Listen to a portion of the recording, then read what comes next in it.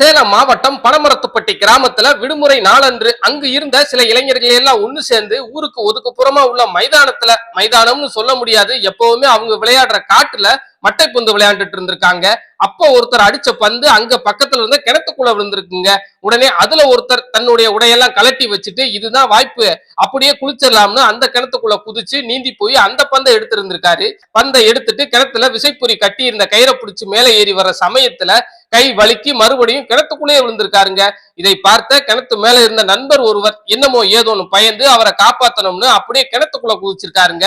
கடைசியில 2 பேரும் நல்லாவே நினைஞ்சிட்டதால அவங்களால கயிறை பிடிச்சு மேலேறி வர முடியலங்க. உடனே நமக்கு தகவல் கொடுக்க எங்களுடைய சேவாப்பேட்டை மீட்பு குழு கிளம்பி போனாங்க. போன உடனே எங்களுடைய வீரர் பிரகாஷ் என்பவர் கயிறுல நாற்காலி முடிச்சு போட்டு உள்ள இறங்கி போனாரு.